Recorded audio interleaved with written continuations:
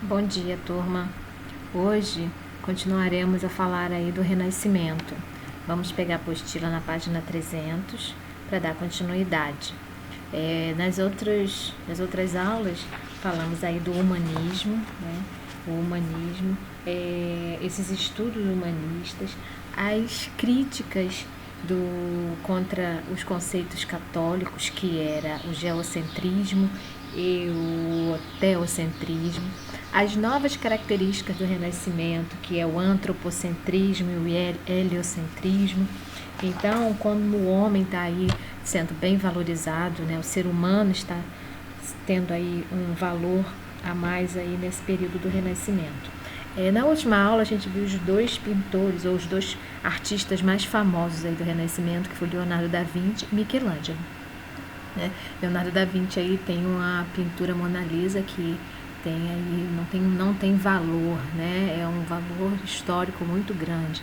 E Michelangelo na figura de Davi, né? Davi, que foi a escultura que a gente na última aula viu aí as características, viu a precisão, né? Na arte, em relação ao homem, em relação aos detalhes do corpo humano, né? Na expressão, nas veias, nos músculos daquela escultura, né? Então, são os dois nomes aí mais famosos. E além do que, Leonardo da Vinci, ele não era só pintor, não era só escultor, né? Ele tinha aí entendimento, ele também aprofundou aí outros estudos além da arte, e sim na ciência também, né? Então a ciência foi muito importante aí, né? Os estudos científicos foi muito importante, né? Também no Renascimento. Mas aqui eu fiz algumas marcações aí, se vocês quiserem também fazer na apostila de vocês, é muito bom, né? Então, o Renascimento acontece aí no final da Idade Média, e a gente tem aí pessoas que começam a questionar os valores medievais, nesse segundo parágrafo aí, né? Quem são essas pessoas? Os cientistas, artistas, governantes, religiosos, eles estão aí questionando essas determinações da Igreja Católica, né? Então, o Renascimento é renascer. O que vai renascer? Aquelas ideias da antiguidade clássica greco-romanas. A ideia de dar valor aí ao ser humano, de dar valor à razão, de ser mais realistas e não tão visando aí a questão espiritual, né? Isso está sendo questionado aí no Renascimento. Então, além de estudar os livros greco-romanos, os renascentistas procuraram recuperar elementos artísticos e estéticos dessa cultura clássica. Que elementos são esses? Representação realista da figura humana, né? Então, a gente tem uma imagem aí, tem uma pintura, a primeira pintura que a gente tem aí abaixo é o Nascimento de Vênus. Nessa pintura, ele vai misturar aí, o autor Sandro Botticelli, ele vai misturar esses elementos da cultura clássica greco-romana, né? Primeiramente no nome, Nascimento de Vênus. Vênus é uma deusa romana, né? E outros elementos renascentistas que vocês podem observar é o movimento, né? É a leveza, é a valorização do corpo humano, como a gente vem falando. Então a gente tem folhas, flores, o véu, né, da menina ao lado. Isso tudo aí parece que está em movimento. Os cabelos da figura central também, né? Os cabelos dela estão em movimento. Então, quando a gente vê uma pintura em movimento, uma pintura realista, isso são pinturas renascentistas, né? Uma figura estática, uma pintura sem movimento, sem leveza, isso é obra da Idade Média, né? Então vamos agora para outra página, a página 301, que vamos falar aí exatamente dessas curiosidades, desse estudo, desse renascimento científico, né? A questão científica, não mais visando a questão aí da igreja, dos dogmas, que todos obedeciam sem questionamento. Agora, tem a observação aí de 3 itens: o raciocínio, observação e experimentação. Então, o raciocínio é a capacidade de tirar conclusões baseado na razão. Então tem uma razão para aquilo acontecer. Não é vontade de Deus, né? Existe um experimento, uma explicação para aquele acontecimento, né? Não é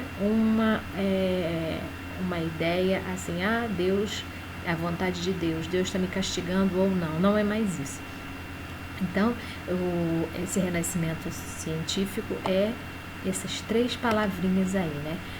Ver por raciocínio, que é a razão, a gente tira as conclusões através da razão, a observação, que os humanistas deram ênfase à observação da natureza, estimulando a busca pelo conhecimento, característica natural do ser humano, né? Que é a busca pelo conhecimento, a partir da observação, e a experimentação. A experimentação é a habilidade de produzir aí um fenômeno nas mesmas condições para verificar as características desse fenômeno que se repetem, tá aí, né? Que aí eles formulam a teoria experimentando, vão fazendo experiências, e é claro que a Igreja Católica era contra a experimentação, né? Aqui não tem aí. A Igreja Católica era contra a essa experimentação, né?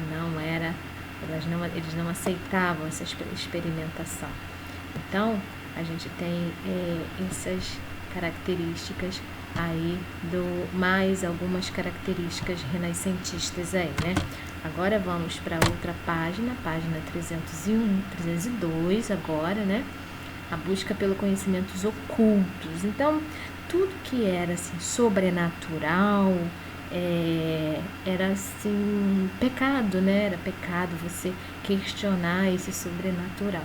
Mas existiu aí dois caminhos da ciência que foi aí aprofundado nesse período aí, que foi a alquimia e a astrologia, né? Essas ciências buscavam explicações não racionais, baseadas em ideias fantásticas, sobrenaturais e especulativas.